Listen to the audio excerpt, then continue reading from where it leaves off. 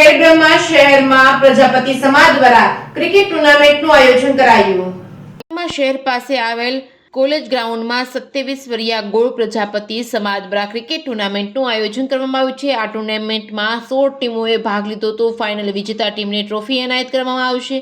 Run-up ટીમને ઇનામ વિતરણ આપવામાં આવશે, જેમાં પ્રગતિ યુવક મંડળના સભ્યો તથા 27 વર્ષીય ગોળ પ્રજાપતિ સમાજના આગેવાનો તથા વડીલો તેમજ ભાઈઓ હાજર રહ્યા હતા। રિપોર્ટિંગ ભાઈ ચંદ્રશેખર ભાવસાર, ખેડબ્રહ્મા।